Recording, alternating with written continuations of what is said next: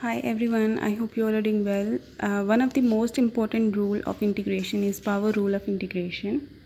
Power rule of integration में आपके पास ये चीज़ तो आती ही आती है जब भी आपके पास इंटीग्रेशन होती है। तो अगर आपके पास जो फंक्शन इंटीग्रेशन में आ रहा है वो फंक्शन की पावर में कोई अगर इंटीजर या फिर नॉन इंटीजर, वो फ्रैक्शनल पावर भी हो सकती है, पॉजिटिव पावर भी हो सकती है, नेगेटिव पावर भी हो सकती है।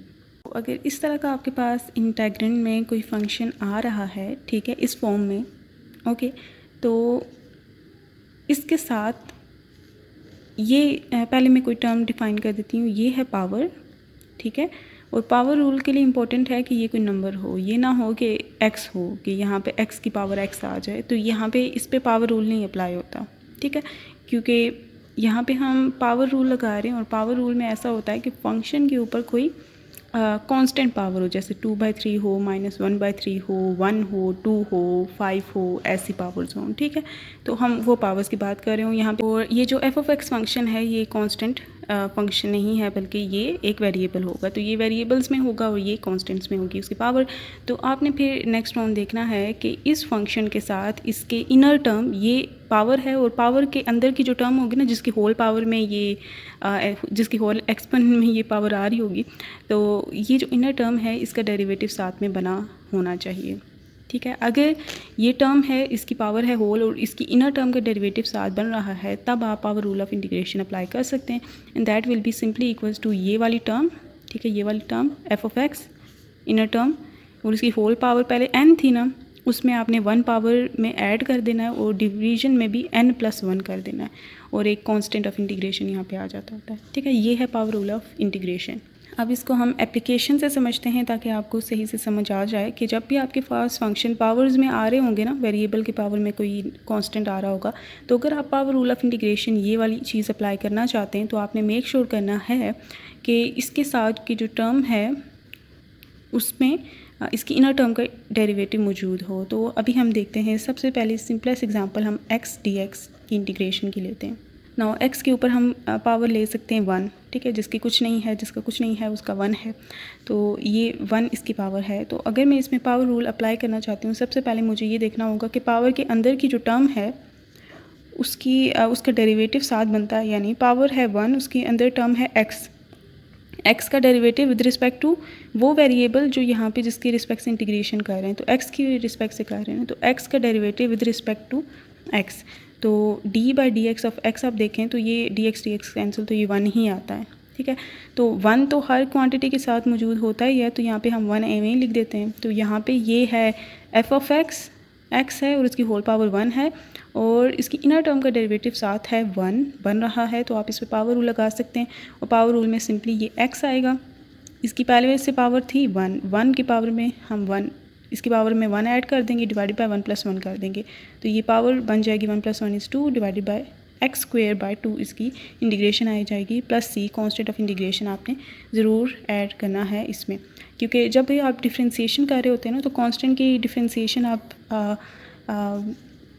0 होती है, चेंज वो क्योंकि नहीं होता। तो लेट्स से अगर आपके पास x+1 फंक्शन था, इसके डिफ्रेंशिएशन आप करेंगे तो ये x का डेरिवेटिव 1 होता है और 1 का डेरिवेटिव 0, तो ये इसकी इंटीग्रेशन इसकी डेरिवेशन 1 आ जाएगी। अब आपने इसकी इंटीग्रेशन करनी है to get this quantity again, ठीक है, क्योंकि हमें पता है कि integration is the inverse process of derivation.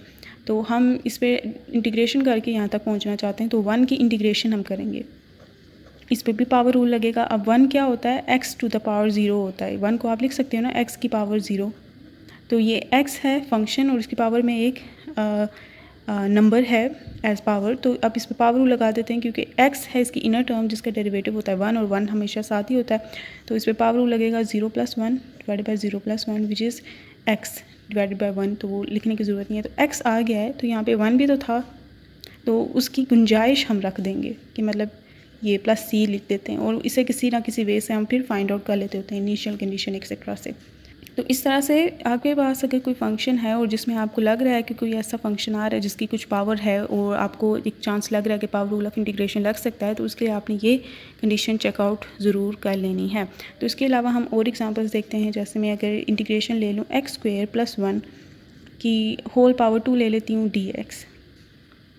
Now apparently आप इस पे अगर हम इंटीग्रेशन इस पे पावर रूल लगाना चाहते हैं, क्योंकि ये फंक्शन है उसकी पावर में एक कांस्टेंट नंबर आ रहा है, तो इसके लिए ज़रूरी है कि इनर टर्म स्क्वायर के अंदर की टर्म क्या है, एक्स स्क्वायर प्लस 1 है। इस इनर टर्म का डेरिवेटिव साथ में बना होना चाहिए। अगर नहीं बना हुआ तो आप उस पर पावर रूल ऑफ इंटीग्रेशन नहीं अप्लाई कर सकते।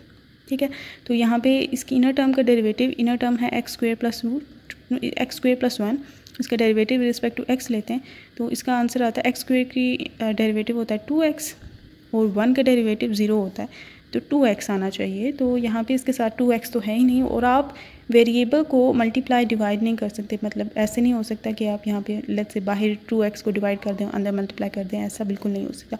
अंदर कर सकते हैं, ठीक है, लेकिन ये डिनोमिनेटर में जो x आ गया उसका आप क्या करेंगे, तो ये प्रॉब्लम फिर रहती है। तो इसकी इंटीग्रेशन आप इस वे से नहीं कर सकते। इसके लिए आप एक और तरीका अपना सकते हैं कि आपको पता है कि आप इसका स्क्वायर ओपन कर सकते हैं, which is a square which is x square का square which is x4 plus 1 का स्क्वायर 1 प्लस 2ab जो कि 2x स्क्वायर बन जाता है dx। अब इंटीग्रेशन सब पे आप सेपरेट कर देंगे, ठीक है, तो ये इंटीग्रेशन इस तरह से भी लिखी हुई है, इसको हम सेपरेट कर देंगे, इन पे सेपरेटली पावर रूल लग जाएंगे।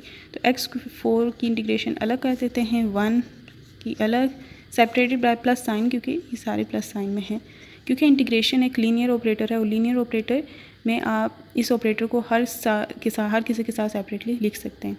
इन एडिशन हो रही हो या सब्ट्रैक्शन हो रही हो तो आप इनको सेपरेटली लिख सकते हैं, जैसे हमने यहाँ पे लिख दिया। इन पे पावर रूल अब लग जाएगा। x की डेरिवेटिव इनर टर्म है x, डेरिवेटिव 1 है, सबका डेरिवेटिव 1 ही बनता है, इनर टर्म का वो मौजूद ही होता है, तो ये x 5/5 आ जाएगी सिंपली इसकी इंटीग्रेशन। 1 की इंटीग्रेशन x, 2 बाहर आ जाएगा, कांस्टेंट है तो x स्क्वायर है तो उसकी इंटीग्रेशन x³ 3 और कांस्टेंट ऑफ इंटीग्रेशन c।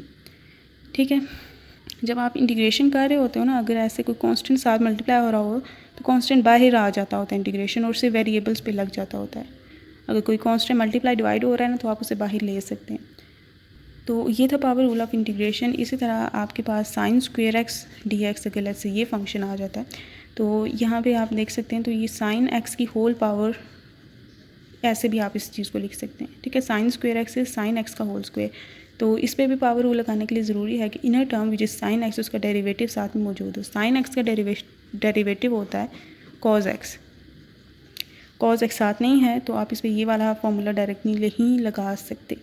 तो इसके लिए आप कुछ और रूल्स वगैरह यूज़ करते हो। फॉर एग्जांपल हमें ये आइडेंटिटी पता है, साइन स्क्वायर एक्स जो है वो इक्वल होता है 1 minus cos 2x divided by 2। This is famous identity double angle की, जिससे आपने याद रखना है। इसी तरह कॉज स्क्वायर एक्स अगर है ना वो इक्वल होता है 1 plus cos 2x divided by 2।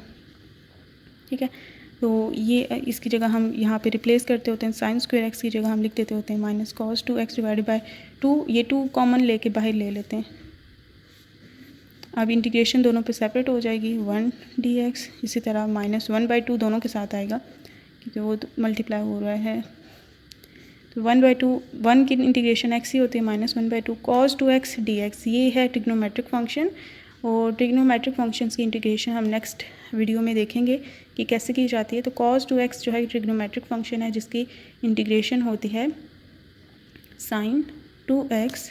ठीक है, और इंटीग्रेशन तब ही कर सकते हैं इसकी कि अगर इसकी एंगल का डेरिवेटिव, ठीक है, सिर्फ अगर ट्रिग्नोमेट्रिक फंक्शन सादा सा है, कोई पावर वगैरह उसमें नहीं है, तो इसकी एंगल का डेरिवेटिव साथ में बना होना चाहिए। तो इसका एंगल है 2x का डेरिवेटिव बनता है, अगर डेरिवेटिव लें 2 बाहर आ जाएगा तो dx/dx विच इज़ 1, तो ये 2 × 1 विच इज़ 2 साथ में बना होना चाहिए। तो 2 साथ में बना होने के लिए हम यहाँ पे 2 मल्टीप्लाई भी कर देते हैं, बाय डिवाइड कर देते हैं। कॉन्स्टेंट को मल्टीप्लाई डिवाइड कर सकते हो आप अंदर बाहर, तो यहाँ पे ये बाहर आ जाएगा 1/4। ठीक है, और इस जग की जगह इसकी integration which is sine 2x simply आ जाएगी।